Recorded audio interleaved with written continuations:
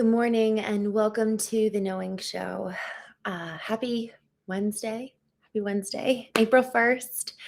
Y'all, it's wild how fast the year is going. And even just as I'm coming on this morning, I'm remembering how important it is to just use this time. This time is so sacred for us to kind of get right with ourselves and right with God and right with each other. And so, as we're reading through today's Course in Miracles, I just really encourage you, if there is someone that maybe you're not right with, or that you're kind of having a struggling point of connection with, perhaps, I just really encourage you to pause and even reach out to them. This morning, I was praying while I was getting ready. I just said, Lord, take the log out of my eye. Like, help me see anywhere that I'm weak or deficient or struggling. I want to grow. And so if you're there with me this morning in terms of wanting to grow, I hope and pray that that's kind of the heart of each one of us as we go into our lesson, to be really open and willing to learn and willing to see, because otherwise those logs that are in our eye blind us, not just from what we're doing wrong, but from other people and really how wonderful and beautiful they are. And so that's our chief and foremost responsibility always, is to take the log out of our eye. So as we read through lesson 90 today, I hope that we could just kind of keep that in mind, that that is our chief responsibility. I want to start with a review of a couple lessons preceding today's. Lesson 61, I am the light of the world. Lesson 62, forgiveness is my function as the light of the world. Lesson 63, the light of the world brings peace to every mind through my forgiveness. Lesson 64, let me not forget my function. Lesson 65, my only function is the one God gave me. Lesson 66, my happiness and my function are one. Lesson 67, love created me like itself. Lesson 68, love holds no grievances. Lesson 69, my grievances hide the light of the world in me. Lesson 70, my salvation comes from me. Lesson 71, only God's plan for salvation will work. Lesson 72, holding grievances is an attack on God's plan for salvation. Lesson 73, I will, there be light. Lesson 74, there is no will but God's. Lesson 75, the light has come. Lesson 76, I am under no laws but God's. Lesson 77, I am entitled to miracles. Lesson 78, let miracles replace all grievances. Lesson 79, let me recognize the problem so it can be solved. Lesson 80, let me recognize my problems have been solved. And then we jump ahead to lesson 91, which is today's lesson. Lesson 91, miracles are seen in light. It is important to remember that miracles and vision necessarily go together. This needs repeating and frequent repeating. It is a central idea in your new thought system and the perception that it produces. The miracle is always there. Its presence is not caused by your vision. Its absence is not the result of your failure to see it. It is only your awareness of miracles that is affected. You will see them in the light. You will not see them in the dark. To you, then, light is crucial. While you remain in darkness, the miracle remains unseen. Thus, you are convinced it is not there. This follows from the premise from which the darkness comes. Denial of light leads to failure to perceive it. Failure to perceive light is to perceive darkness. The light is useless to you then, even though it is there. You cannot use it because its presence is unknown to you. And the seeming reality of the darkness makes the idea of light meaningless. To be told what you do not see is there sounds like insanity. It is very difficult to become convinced that it is insanity not to see what is there and to see what is not there. You do not doubt that the body's eyes can see. You do not doubt the images they show you are reality. Your faith lies in the darkness, not the light. How can this be reversed? For you, it is impossible, but you are not alone in this. Your efforts, however little they may be, have strong support. Did you but realize how great this strength, your doubts would vanish. Today, we will devote ourselves to the attempt to let you feel this strength. When you have felt the strength in you, which makes all miracles within your easy reach, you will not doubt. The miracles your sense of weakness hides will leap into awareness as you feel the strength in you. 3 times today, set aside 10 minutes for a quiet time in which you will try to leave your weakness behind. This is accomplished very simply as you instruct yourself that you are not a body. Faith goes to what you want, and you instruct your mind accordingly. Mm. Your body or your will remains your teacher, and your will has all the strength to do what it desires. You can escape the body if you choose. You can experience the strength in you.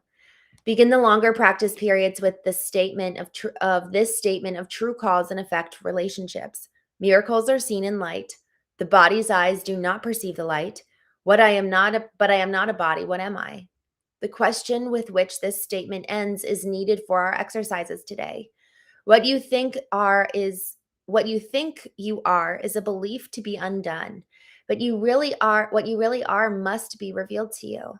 The belief you are a body calls for correction because being a mistake.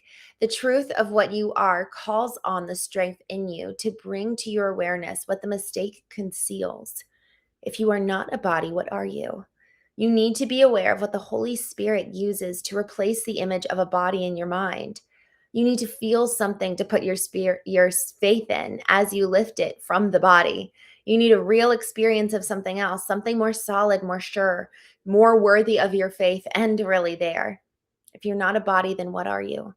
Ask this in honesty and then devote several minutes to allowing your mistaken thoughts about your attributes to be corrected and their opposites will take their place. For example, I am not weak but strong. I am not helpless but powerful. I am not limited but unlimited.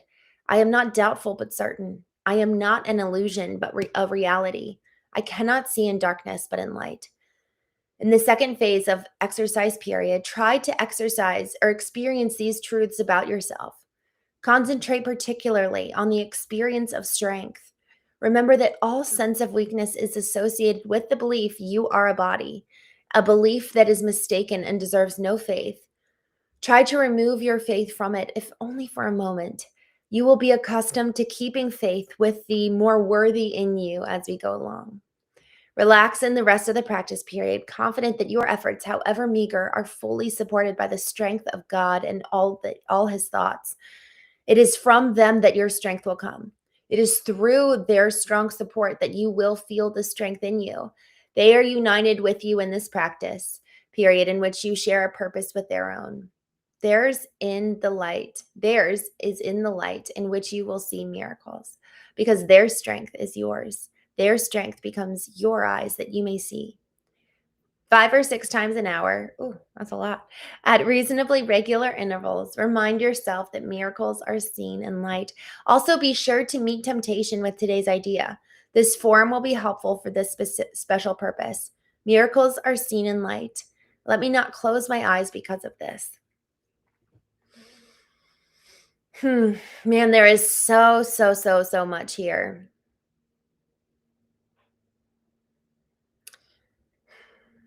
I want to go back. I highlighted a section as I was reading. Faith goes to what you want, and you instruct your mind accordingly. Your will remains your teacher, and your will has all the strength to do what it desires. You can escape the body if you choose. You can experience the strength in you. Y'all, it's so interesting because it really is full of dynamicism and nuance, these lessons every day. And it speaks to our identity. It really does. And identity, as we've been defining it over the last few months, has been that there's kind of two parts of us that amalgamate into who we are. Part A is, who did God make us all kind of universally to be? There's this part of us that is God, that he breathed into us. He said, I am making you in my image. We are made in the likeness of God. We are worthy. We are accepted. We are loved. That's like the spirit in us. And in Colossians, it says, Christ is in all. And so there's this part of us that is made like God, that is holy and precious and to be honored and loved and cherished, because that is how it is with every person. Like every one of us is loved. Every one of us is given the opportunity to manifest this part of us. We are wanted and we belong, and that is true for every single person. We are made in the image of God. And then identity kind of B is, and we're also so unique. We're so unique, and no one else is us, and no one else is like us because no one has our unique experience and our personalities and our talents and strengths and calling. And so there's like the very spirit side that is very much so made in the image of God that makes us forever loved, forever chosen, and we have the ability to walk in that. And that's kind of that strength that she's talking about. We have access to a supernatural strength anytime, because here's the thing. So many times, not just sometimes, many times we find ourselves in situations, whether it's with a coworker or a kid or our partner or parent, and man, it is like impossible, and it is so frustrating. We've got maybe so much stuff from the past that we just feel stuck in, that we can't get through, and we cannot get peace and achieve peace with our partner. That's where that strength, that's where God's strength, looking at the world through his eyes, saying, "Hey God, I need help." That is where that is so incredibly important. That's kind of like the spirit side. And then the physical side, that's where, man, who are you uniquely created to be? And this is where it says faith goes to what you want, and your mind, and you instruct your mind accordingly. We need to match our will with God's. We do have the power to choose, but it's the beautiful, so that's where there's this concept of like, I don't do what I want to do. And so there's an aspect of, are we actually having a real heart change so that our actions mirror how we're wanting to live? So if our actions are reflecting a lifestyle, a set of behaviors, choices, maybe even it's just the ongoing conflict, it really forces us to examine our inner life. Like we were talking at the very, very beginning, to take the log out of our own eye and examine and go inward and say, okay, what's going on inside of me that is preventing me from being able to even access peace in the first place? Because there is something in terms of even, honestly, kind of the hierarchy of even being able to access the peace that surpasses understanding. We actually kind of need to move through the physical angst and grief or anger to be able to get to that peace, and let go and shed whatever is almost like the physical emotions and human limits that we have, to then be able to say, okay, God, I want your strength. I want your help. I cannot do this alone. And so in that process, there's actually kind of a surrender that comes with us saying, all right, God, I'm taking my human will and aligning it with your will. And I'm trusting that you're going to give me eyes to see, that you're going to help me love, that you're going to give me the strength I need, because man, not I am not doing well, or I'm really freaked out, or whatever it is. I need your help. But we need to bring our will into submission with his, and also recognize, like, do I even want to bring my will into submission with his? That's a big question. That's why I love where how she says here, faith goes to what you want. If I am wanting, and I'm orienting my heart towards focusing on the will of God, and say, God, I really, really want your will to be done. I don't know how to do it. I need help. I need your strength. I need your guidance. I need your eyes to see. It really forces you and I to look inward and say, is my kind of that other part of my identity oriented towards wanting something more for my life? Is it oriented towards being willing to get up off my butt in this comfortable place that I find myself in, and see real change in my life for a greater mission, for the will of God in my life? Because y'all, I firmly and resolutely believe that God has something meaningful for every single one of us to accomplish. There's a reason why we're both here. There's a reason why your life isn't over. There's a reason why you survived and maybe they didn't, which is just so hard to fathom. And it's so painful to reconcile that. Yet somehow, some way, you're still here, and there's so much meaning for your life. There's so much purpose in your physical presence here.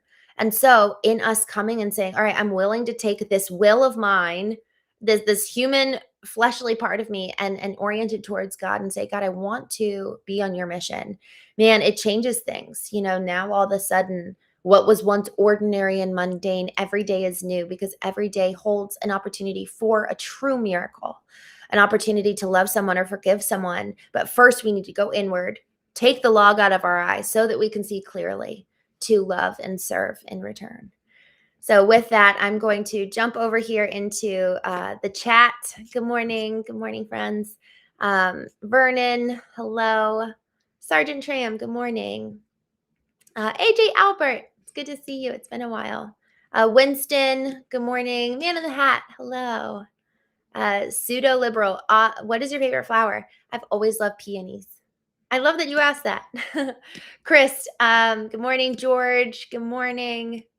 Plasma, hello. Willa, Champ, Vernon, Gabil, good morning. Let's see, Chad, good morning. George, Jello Donuts, Forrest, Jesse, good morning.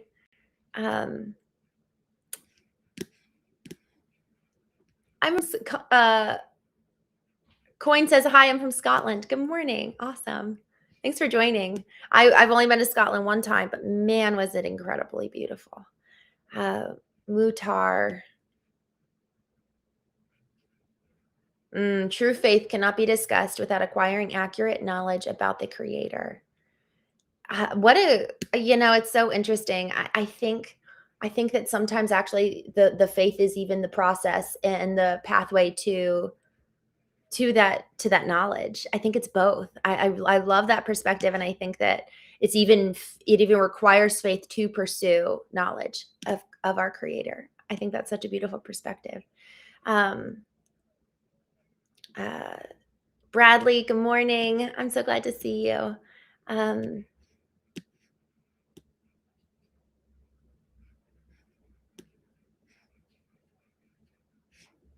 right, I'm going to scroll down to the bottom. Matthew Grubb, good morning. Girthy, good morning from Alabama. Sammy, oh, I'm so glad to see you. God bless you, Sammy. I love you, my friend. I was thinking about you yesterday. I'm glad you're here. I love this. Bradley says, body is just a temporary holder of our soul until we are called home and receive our eternal body. So, so, so beautiful. NYK, good morning. Thank you, Man in the Hat. He said, please be respectful. Thank you. I appreciate that.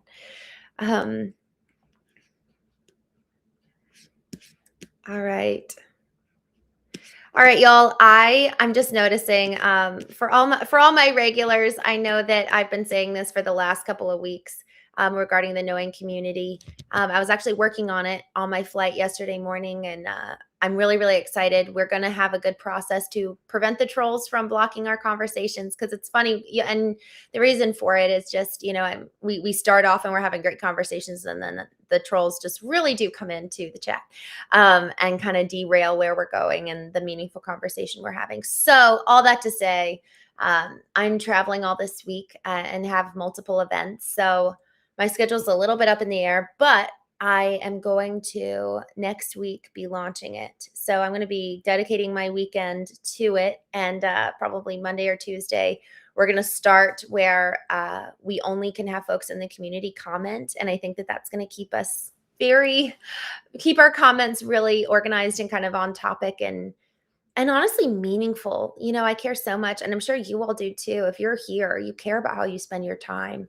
And so if the chats are not a place of encouragement and not a place of honestly like being able to kind of receive peace and receive joy and encouragement, I think that that's really, really important. So I want to maintain that. So we're going to start that next week. April 9th is going to be our first roundtable where I'm going to have some of you join me live. So I'm really, really, really excited about that. So all of this is coming in the next week or two. So stay tuned. I did make this decision that we are going to sunset.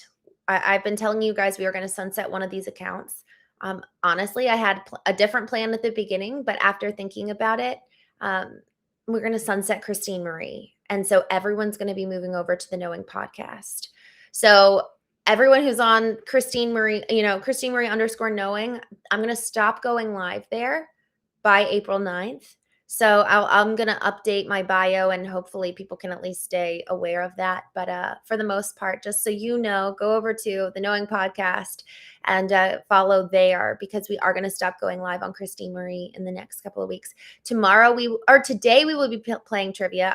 Oh my gosh, I need to work that into my schedule, because I might not be able to do that until super, super late tonight. I'm hosting a dinner this evening, and I don't know if I've got time. Let's do trivia late. I'm hoping to have them all gone by 9 Central. So maybe 9:15 Central, 10:15 Eastern. Let's aim for that.